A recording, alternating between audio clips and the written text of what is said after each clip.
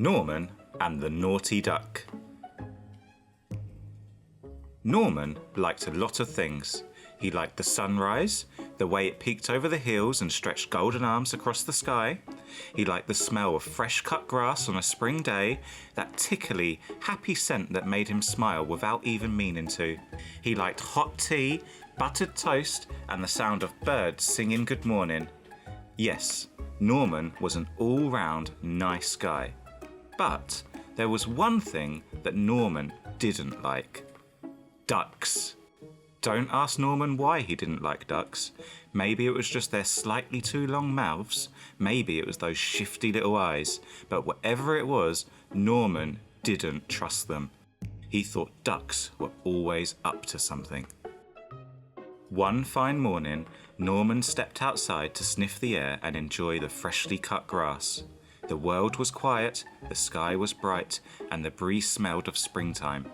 Norman closed his eyes and smiled. While Norman was busy breathing in the happiness, a little duck, a perfectly ordinary, slightly wobbly, rather cheeky duck, waddled right through his open kitchen door. It looked around, quacked once, quack, and decided that this was an excellent place to explore. When Norman came back inside, he sat down with a sigh of contentment. "Ah," he said, "time for a nice cup of tea." He poured himself some, added a splash of milk, and looked up. There, sitting opposite him, at the table, was a duck. A duck, just sitting there, looking at him. Norman blinked. The duck blinked back. "Shoo! Shoo!" said Norman, waving his hand. The duck tilted its head. "Shoo, I say!"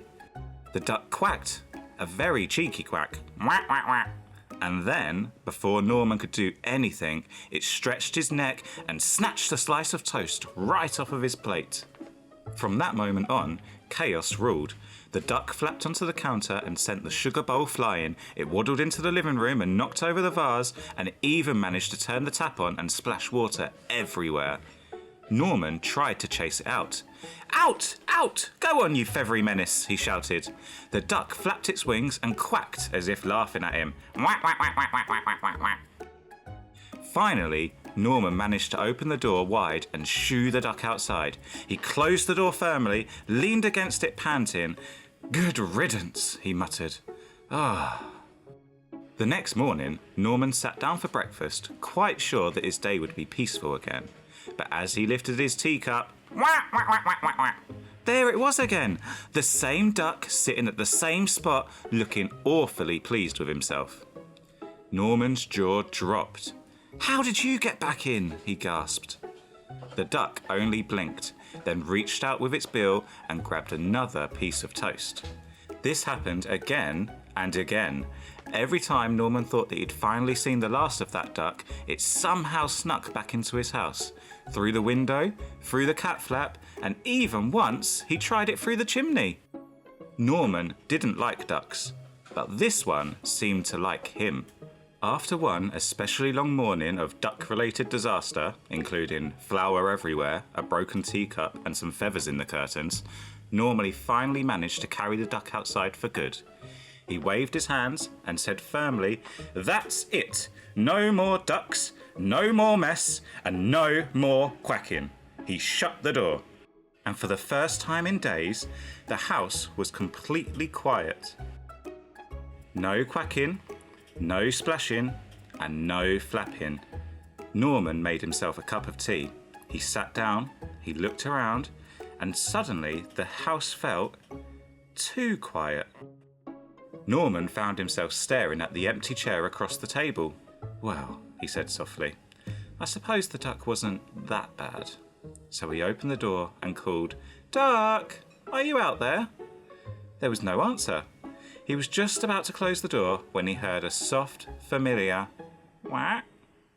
The little duck waddled out from behind a bush, head tilted, eyes bright, and Norman couldn't help but laugh.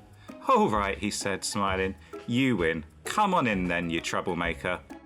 The duck waddled back inside, leaving muddy footprints across the floor, but Norman didn't even mind.